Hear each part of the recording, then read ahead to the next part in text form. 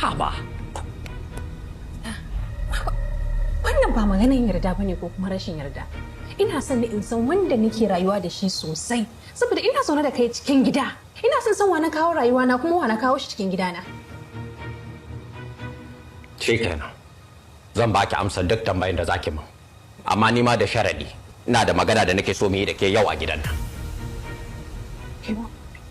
Shikenan tunda su kawo da Albashir suka zo gidan nan suka so su kure ni suka min tambayoyi akan gwada karya tun a lokacin na san za su iya bullowa da wata hanyar shi sa na shiga yanar gizo na je na yi bincike akan accounting da topics dinta na masters a wurin na gano duk abubuwan da na faɗa a gaskiya.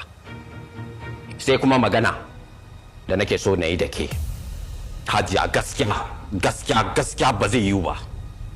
Gaskiya zaman nan ba zai yiwu ba a haka ko mu kawo ƙarshen wannan abin tunda duk abin da na yi ba kya gani, duk ƙoƙarin da nake, duk dauriyar da nake baya birge ki Hajiya. Me amfaninta ko mu kawo ƙarshen wannan almarar.